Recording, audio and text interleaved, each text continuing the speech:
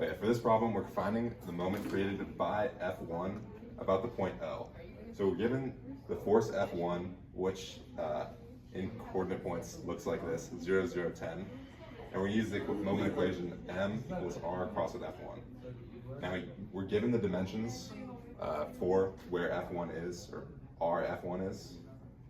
And that comes to 2, 6, 0. And then using the equation of cross product of R and F, we do IJK, our R, and our F. And then solving all this, this comes out to our moment about F1 is 60I minus 20J plus 0K. Here, we see that we must draw an FBD for the given situation. We have block A and block B. They are on a ramp. We see that there is a force P and that there's gravity going down. Here, I've drawn force P going in this direction, which is parallel to the surface. We have the normal force of the blocks against the surface.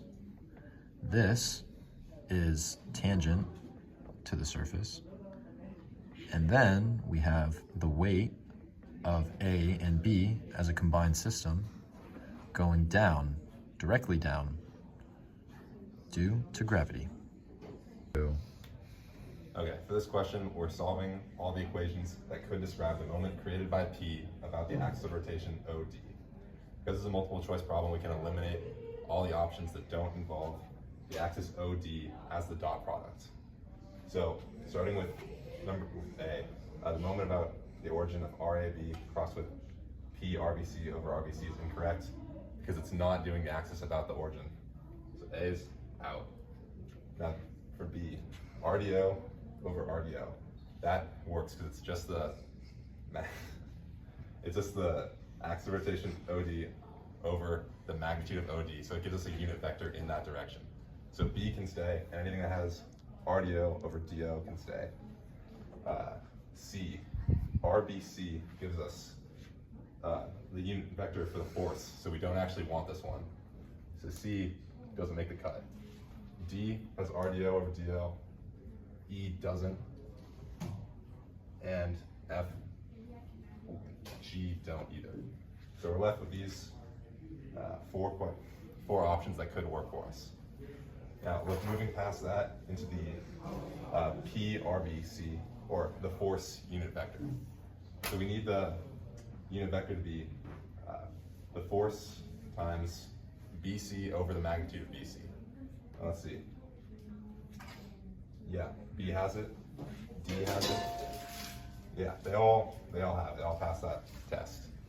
And then lastly, they need to intersect, the axis of rotation needs to intersect with the force. So the radius needs to, sorry. So for B, if we have ROB, yeah, that intersects with the line of action of the force. So this is a valid answer. Now for D, RBC, yeah, that is the line of action of the force. So this one also passes the check. Now for F, RDB over RBC, yeah, this one also. And lastly, H, ROE, ooh, this one shouldn't be considered. It's ROE and not R. All right, that's it. This problem is about a particle in static equilibrium. The diagram shows that there is 1, 2, 3 forces on this particle. Now, since it's a particle, we can have 3 equations, which would be the sum of the forces in the X, Y, and Z directions. Now, since it is a particle, there are no moments. That's why there are only a total of 3 equations. Okay, so in this problem, we can see that the system has a plate that is held up by 3 cables. The plate's weight is known to be 1.5 kilonewtons, as we see right here, or 1500 newtons. Due to Newton's first law of motion, we know that because the system is stationary and not in motion, all the forces must cancel out and the system must be in equilibrium.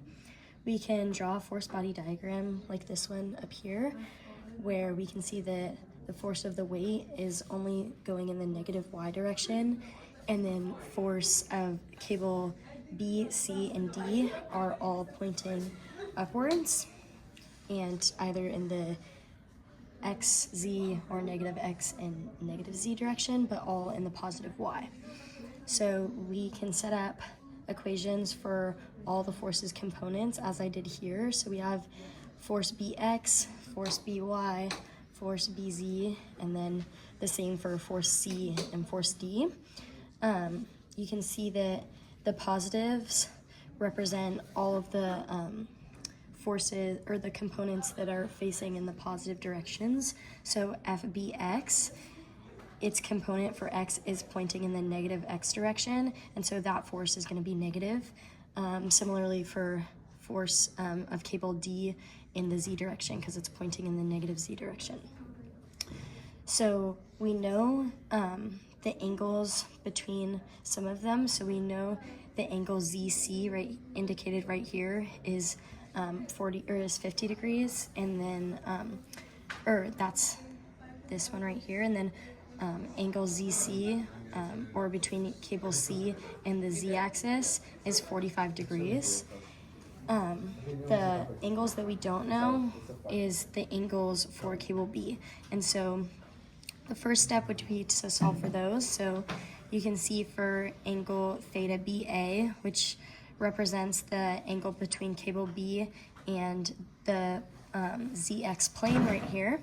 So you can find that by doing the inverse tan of the height here, which is 480 millimeters, and the length of this piece right here, which is the projection onto the ZX plane from cable B. So you can do that by just taking the magnitude of the width and the length here, so 320 squared, and then this is 360 squared. And then you can do the inverse tan of that to find that angle here. And then for theta z, or the angle between cable B and the z-axis, you can do the inverse tan of the length on the negative x and the length on the z, which is going to be 360 over 320. Once you do that, you can plug those in and start to get to work. We know that there are 3 equations that we can set up because of Newton's first law of equilibriums. So we can do all the components in the x direction are equal to 0, all the components in the z direction are equal to 0, and all the components in the y direction have to equal to the weight of the plate, which is 1500 newtons. So we can start with the components in the fx direction. As we did here, we just pulled all the equations that had an x in them, and we put them down here, and we can start to solve for the 3 unknowns that we now have, which is FB, FC, and FD, or the tension in the cables. So first I solved for FB using the sum of forces in the x direction, and I got an equation with FD and FC in it. So then with FZ, or all the forces in the z direction, I was able to plug this equation in for FB and solve the second equation down so that it was only in terms of FC. I was then able to plug that back into the first equation to solve for FB in terms of only FC. Then with the last equation, all the components in the y direction being equal to 1500 newtons, I was able to put it in only terms of the force of cable C, because I had solved for FB and FD in terms of FC. Once I plugged that all in, I was able to solve for the tension of cable C, then plug it back into the equations for cable B and cable D and solve for those as well. I later was able to solve for those, and then when I checked my work, I found that the y components of all three of the forces added up together were equal to 1500.